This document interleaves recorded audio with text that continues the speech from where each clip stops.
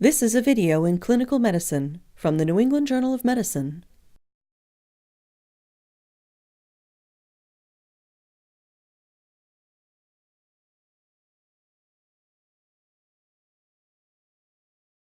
In light of the threat of Ebola virus disease, it is important to emphasize proper precautions for infection control in healthcare settings. The routes of Ebola virus transmission include direct contact with an affected person's body fluids or indirect contact by working with contaminated instruments or supplies. Personal protective equipment, or PPE, is used when there is a risk of exposure to infectious material. PPE is designed to protect the skin and mucous membranes from exposure to pathogens.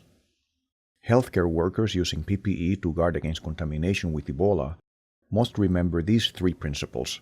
Repetitive training and demonstrated competence in putting on and removing PPE ensures proficiency in the use of the equipment. No skin should be exposed because of the possibility of contact with blood or body fluids. To identify and immediately address any breaches in protocol, a trained observer, using a checklist to document the correct sequence, must supervise each person who is putting on and taking off PPE. This video demonstrates in a simulated environment one option of putting on and removing PPE to minimize the risk of exposure to infectious material.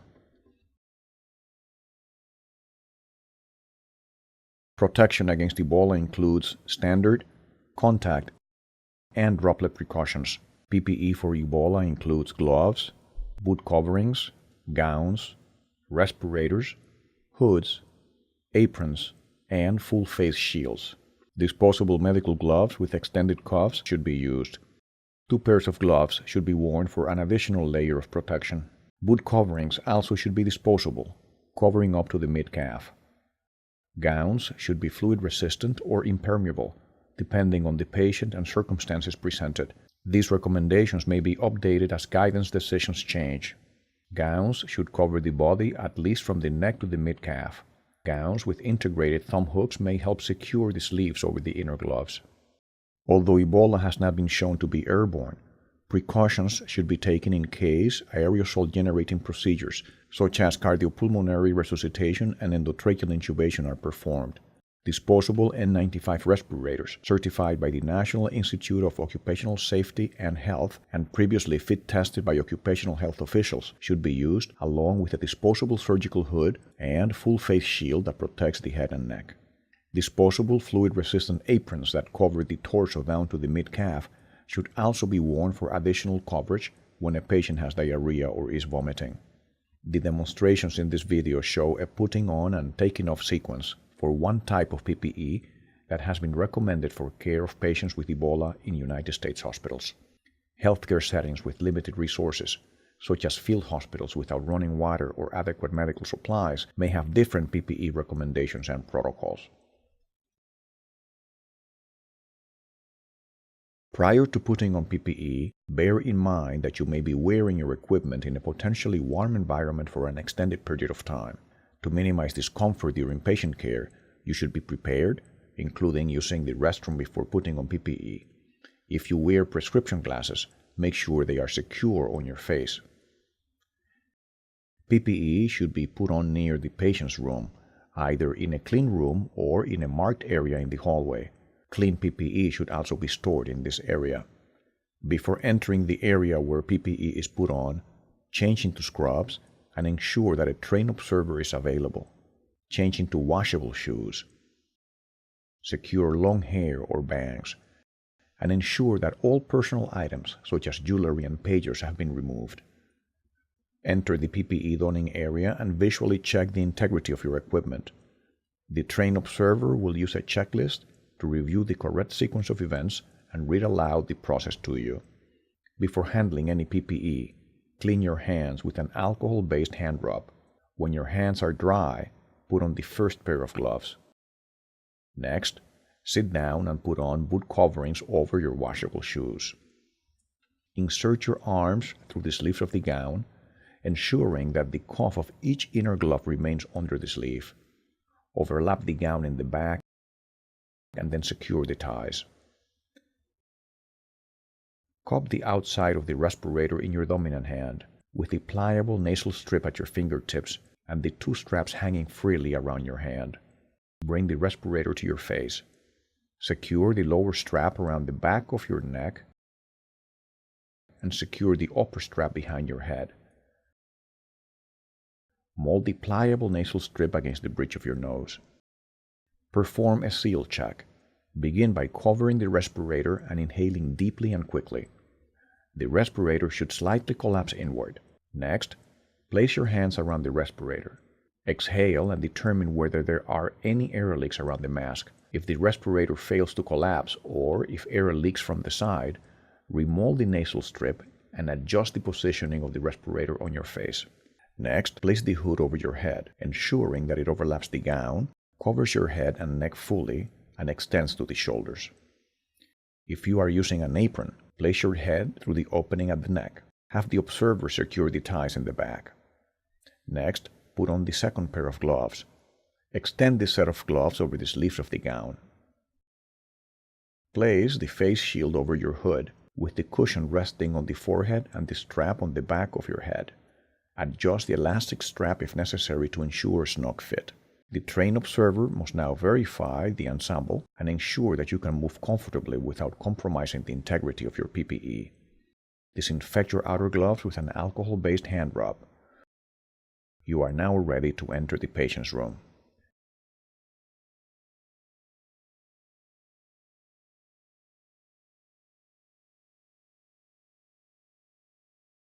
The proper removal and disposal of contaminated PPE is essential and is the most difficult challenge in preventing inadvertent exposure to pathogens, requiring careful attention. PPE removal should take place in an anteroom or doffing area separate from the patient's room. This area is deemed potentially contaminated and is separate from the clean area used for putting on PPE. The following should be available in the anteroom: clean gloves, an alcohol-based hand rub, one chair clearly identified as the dirty chair for the removal of shoe coverings, a second chair designated as the clean chair to be used for the disinfection of your washable shoes, EPA registered disinfectant wipes for healthcare use, and a leak-proof biohazardous waste container for disposable equipment. Before leaving the patient's room, first use an EPA registered disinfectant wipe to disinfect any visible contamination on your PPE. Disinfect your outer gloves with an alcohol-based hand rub and allow your gloves to dry.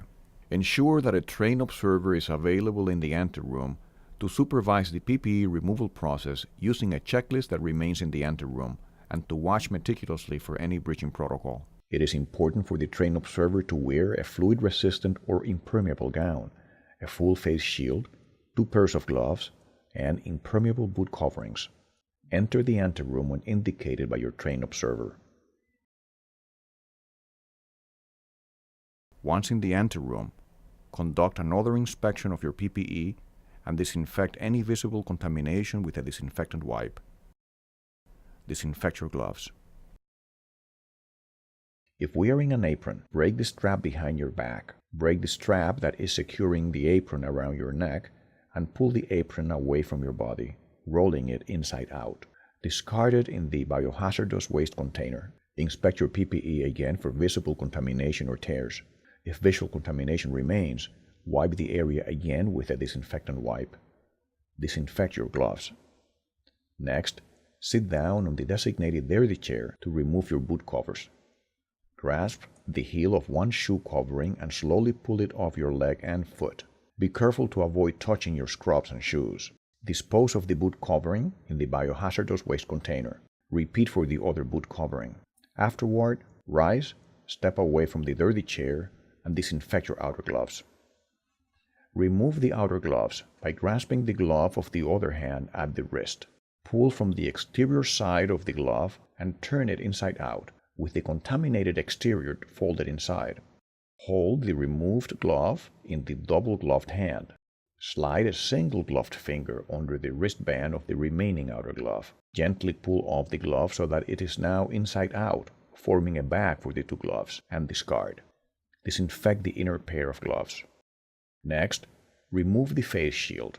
It is particularly important to avoid contamination of the eyes and mucous membranes when removing facial PPE. Tilt your head forward and lift the shield by the strap.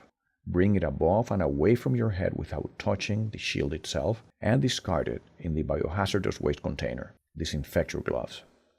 Leaning forward, grasp the hood near the top and carefully pull it off and away from your head. Discard it in the biohazardous waste container and disinfect your gloves. Remove your gown by first undoing the fastening at the waist. Grasp the shoulder area and peel the gown away from your body, turning the gown inside out and wrapping it into a bundle. Only the interior of the gown should remain visible. Discard, then disinfect your gloves. Remove your inner gloves as described for the outer gloves, taking precaution to avoid contaminating your bare hands. Use an alcohol-based hand rub for disinfection after taking off the gloves. Put on a new pair of gloves once your hands have dried. Next, remove the N95 respirator. Avoid contact with the respirator and touch only the straps to minimize possible contamination. Tilt your head forward, grab the strap that is around your neck and lift it over your head, allowing to hang freely. Then bring the top strap over the head and use it to remove the respirator from your face. Discard, then disinfect your gloves. Sit down on the designated clean chair and use disinfectant wipes to clean all external surfaces of your shoes. Disinfect your gloves. Remove the last set of gloves as described previously. Disinfect your hands with an alcohol-based hand rub. The trained observer should conduct a final inspection at this point to identify any contamination of your surgical scrubs. If there is contamination, an occupational safety and health coordinator should be informed immediately before you exit the PPE removal area. The observer may now be contaminated and should perform the same PPE removal procedures as the healthcare worker before leaving the anteroom. PPE is available to minimize the potential harm from exposure to pathogens such as Ebola. When PPE is worn, removed, and discarded properly, it is effective in protecting both the person wearing it as well as the patients and healthcare workers with whom that person comes into contact.